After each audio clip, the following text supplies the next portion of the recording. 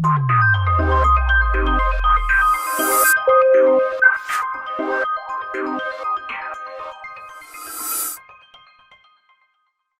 बढ़िया। ये is equal to आपको दिया हुआ है ए 0 0 0 ए 0 0 0 ए। इसको बोला जाता है डायगोनल मैट्रिक्स। क्या बोला जाता है? डायगोनल। क्यों? डायगोनल को छोड़कर बाकी के सारे एलिमेंट जीरो। अब आपको अगर ए स्क्वायर निकालना है ना, तो ए स्क्वायर 0 0 0 ए स्क्वायर 0 0 0 ए स्क्वायर 0, सॉरी ए स्क्वायर। जो डायगोनल एलिमेंट्स है उनके स्क्वायर करते हुए चले जाओ, बाकी सब क्या रहेंगे? जीरो रहेंगे। ठीक है, बाकी सब क्या रहेंगे? जीरो रहेंगे। आई बात समझ में? क्यूब करना है तो इसकी पावर 3 3 कर दो, 4 करना है तो इसकी पावर 4 4 कर दो। कोई जरूरी नहीं कि यही वाला क्वेश्चन हो। यहां पर ये दिया, यहां पर अगर मान लिया जाए बी सी दिया जाता ना, तो भी ऐसे ही होता। A raise to the power n, B raise to the power n और C raise to the power n. कहाँ पर दिया है? यहाँ पर तो एन नहीं दिया, ये वाला ऑप्शन यहाँ पर करेक्ट ऑप्शन दिखाई दे रहा। A raise to the power n, B A raise to the power n, A raise to the power N.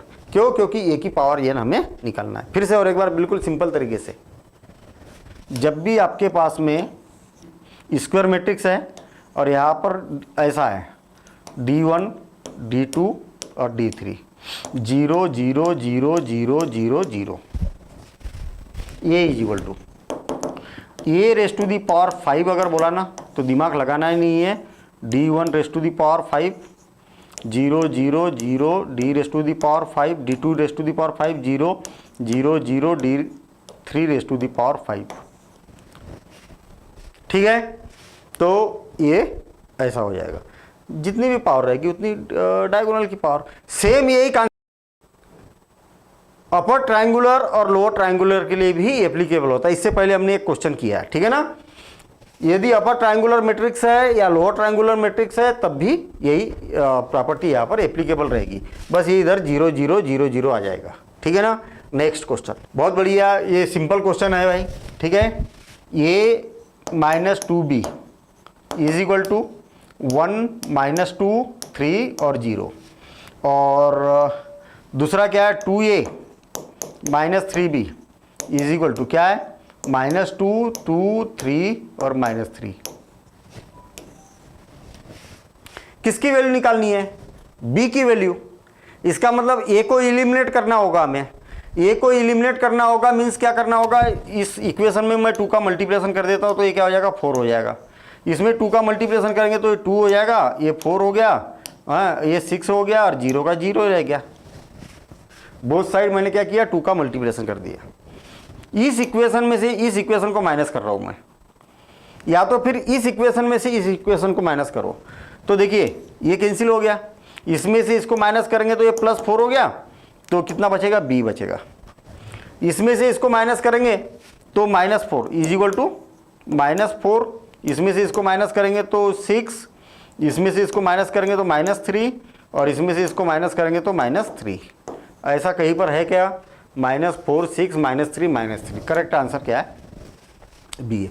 Just simultaneous equation के जैसे इसको हमें सॉल्व करना है।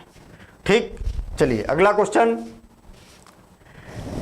If A and B are symmetric matrix,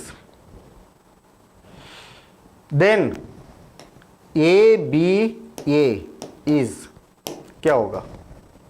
याद रखना, A सिमेट्रिक है और B सिमेट्रिक है, तो इनका प्रोडक्ट करने के बाद में भी सिमेट्रिक मिलेगा। आई बात समझ में? A और B सिमेट्रिक मैट्रिक्स है तो इनका प्रोडक्ट करेंगे तो भी सिमेट्रिक मिलेगा।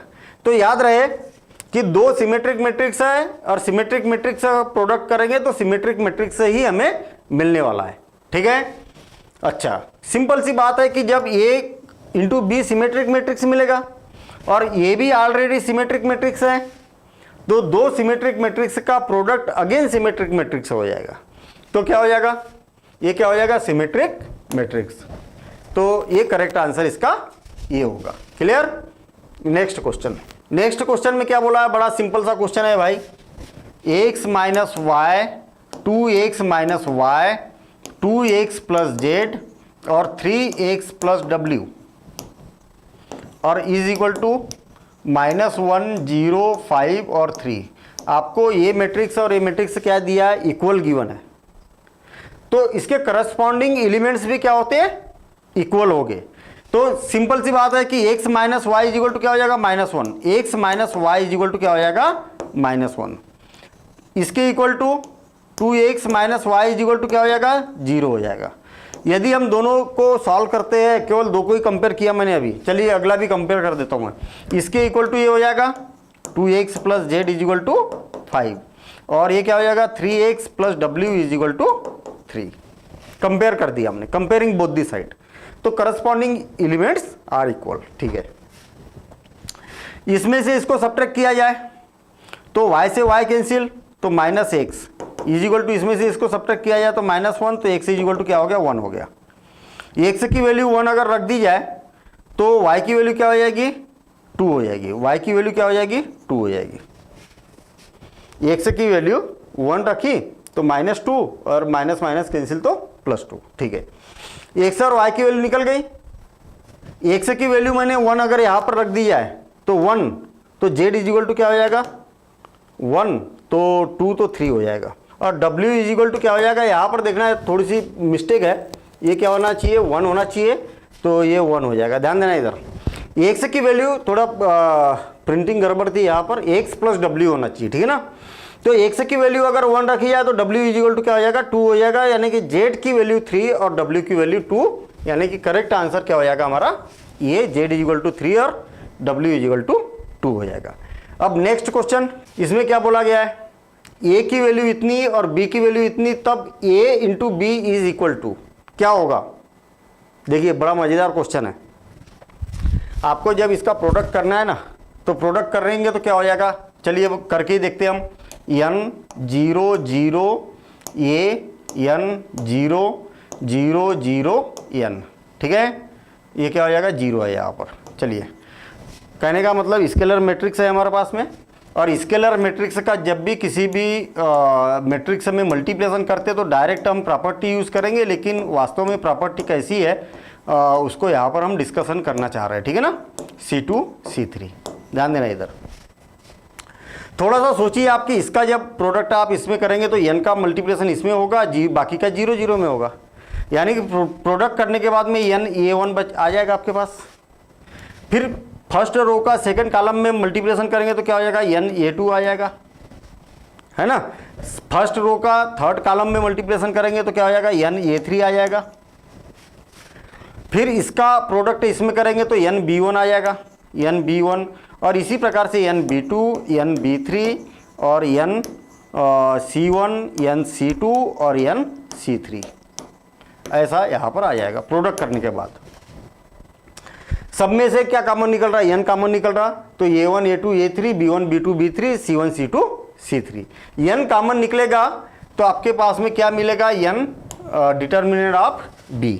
कहने का मतलब आपके पास में n कॉमन निकलेगा तो यही का यही मिल जाएगा आपको b, और उसका डिटर्मिनेंट निकालेंगे तो इसकी वैल्यू यही आ जाएगी, ठीक है ना। तो करेक्ट आंसर क्या हो जाएगा इसका, b हो जाएगा। ये तो होगा ही नहीं, ये भी नहीं हो रहा और ये भी नहीं हो रहा। Next question,